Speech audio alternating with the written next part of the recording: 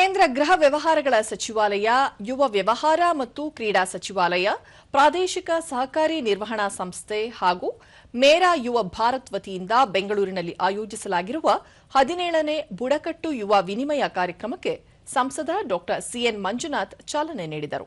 ಈ ಸಂದರ್ಭದಲ್ಲಿ ಇದೇ 23ರವರೆಗೆ 7 ದಿನಗಳ ಕಾಲ ನಡೆಯುವ ಕಾರ್ಯಕ್ರಮಗಳ ವಿವರವಿರುವ ಕಿರುಹೊತ್ತಿಗೆಯನ್ನು ಬಿಡುಗಡೆ ಮಾಡಿದರು. ಈ ವೇಳೆ ಸಿಆರ್ಪಿಎಫ್ನ ಜಿತೇಶ್ ಟಿಎಂ, ಮೈ ಭಾರತ್ ರಾಜ್ಯ ನಿರ್ದೇಶಕ ಅಶೋಕ್ ಕುಮಾರ್ ದಾಸ್, ಪ್ರಾದೇಶಿಕ ಸಹಕಾರಿ ನಿರ್ವಹಣಾ ಸಂಸ್ಥೆ ನಿರ್ದೇಶಕ ಸುರೇಶ್ ಪಿಎನ್, ಮೈ ಭಾರತ್ ಜಿಲ್ಲಾ ಯುವ ಅಧಿಕಾರಿ ಎ ನಾಗಲಕ್ಷ್ಮಿ ಸೇರಿದಂತೆ ಮತ್ತಿತರರು ಉಪಸ್ಥಿತರಿದ್ದರು. ಬಳಿಕ ಡಾ ಸಿಎನ್ ಮಂಜುನಾಥ್, ಭಾರತ ಯುವಜನತೆಯ ರಾಷ್ಟ್ರ, 50ಕ್ಕೂ ಹೆಚ್ಚು ಯುವಕರೇ ಇದ್ದಾರೆ. ಬುಡಕಟ್ಟು ಹಾಗೂ ಇತರೆ ಸಮುದಾಯದ ಜನರ ನಡುವಿನ ಅಂತರ ಕಡಿಮೆ ಮಾಡುವುದು ಈ ಕಾರ್ಯಕ್ರಮದ ಉದ್ದೇಶವಾಗಿದೆ. ಅವರ ಸಾಮಾಜಿಕ ಆರ್ಥಿಕ ಸ್ಥಿತಿ ಸುಧಾರಣೆ ಹಾಗೂ ಮೂಲ ಸೌಲಭ್ಯಗಳ ಉನ್ನತೀಕರಣಕ್ಕೆ ಇಂತಹ ಕಾರ್ಯಕ್ರಮಗಳು ನೆರವಾಗುತ್ತವೆ ಎಂದು ಅಭಿಪ್ರಾಯಪಟ್ಟರು.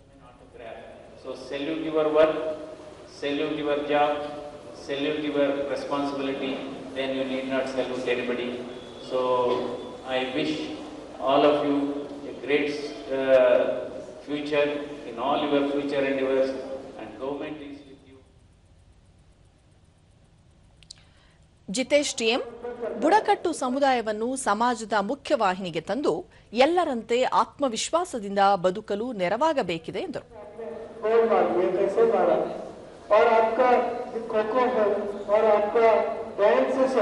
इतना नजदीक से देखा है कि बहुत खूबसूरत है.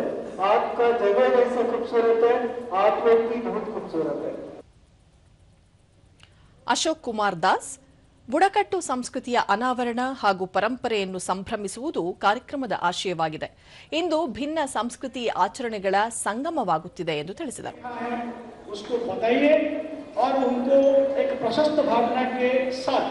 देश के विकास में शामिल होने के लिए उनको एक मोटिवेशन दीजिए. ಸುರೇಶ್ ಪಿಎನ್, ಬುಡಕಟ್ಟು ವಾತಾವರಣದ ಬಗ್ಗೆ ಯುವ ಸಮುದಾಯಕ್ಕೆ ಪರಿಚಯಿಸುವ ಕೆಲಸ ಮಾಡಲಾಗುತ್ತಿದೆ ಎಂದು ಹೇಳಿದರು. जल, जंगल और जमीन आंदोलन को मेरे लक्ष्मण जी ने सलाह था. दैट मीन्स क्या है, ये जंगल के लिए, ये जंगल कौन आदमी के, ये हमारा जंगल है. ಎ ನಾಗಲಕ್ಷ್ಮಿ, ಶ್ರೀಮಂತ ಆಚರಣೆಗಳ ರಾಷ್ಟ್ರ ನಮ್ಮದು. ಬುಡಕಟ್ಟು ಯುವ ಜನತೆ ತಮ್ಮ ಸಂಸ್ಕೃತಿಯನ್ನು ಸಂಭ್ರಮಿಸಲು ವೇದಿಕೆ ಕಲ್ಪಿಸಲಾಗಿದೆ ಎಂದು ವಿವರಿಸಿದರು.